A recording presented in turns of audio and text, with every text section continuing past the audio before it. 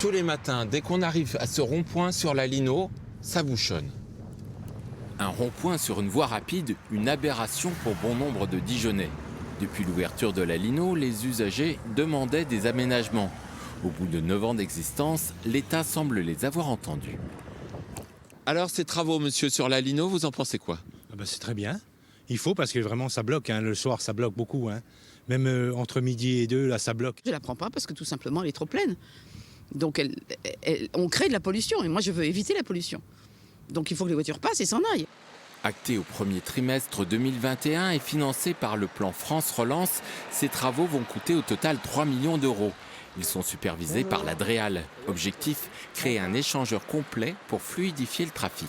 Le programme d'aménagement de cet échangeur va constituer d'abord des travaux sur la partie est qui vont faire l'objet de la réalisation d'une bretelle d'entrée, d'une bretelle de sortie et d'un demi-giratoire.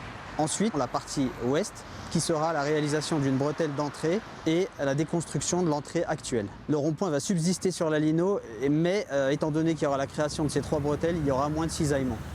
Ces travaux ont débuté officiellement ce lundi, mais comme vous pouvez le voir derrière moi, le terrassement de la sortie nord-est a déjà bien commencé. Ceci pour le plus grand bonheur du maire d'Ailluy qui réclame cet équipement depuis des années. Ça va apporter beaucoup de fluidité au trafic, donc beaucoup moins de pollution, beaucoup plus de facilité pour circuler, notamment dans la zone d'activité d'Ailluy. Et donc ça, c'est bien. Puis la métropole réalise une piste cyclable sécurisée en même temps. Et donc là, dans 6 mois, on va avoir un bel axe. 32 000 véhicules empruntent chaque jour la Lino. Ce nouvel échangeur devrait permettre de gagner du temps sur ce tronçon fatidique d'Ailluy. Aux heures de pointe, de 7h30 à 9h30 le matin, le temps de trajet passera très précisément de 9 minutes 54 à 5 minutes 20.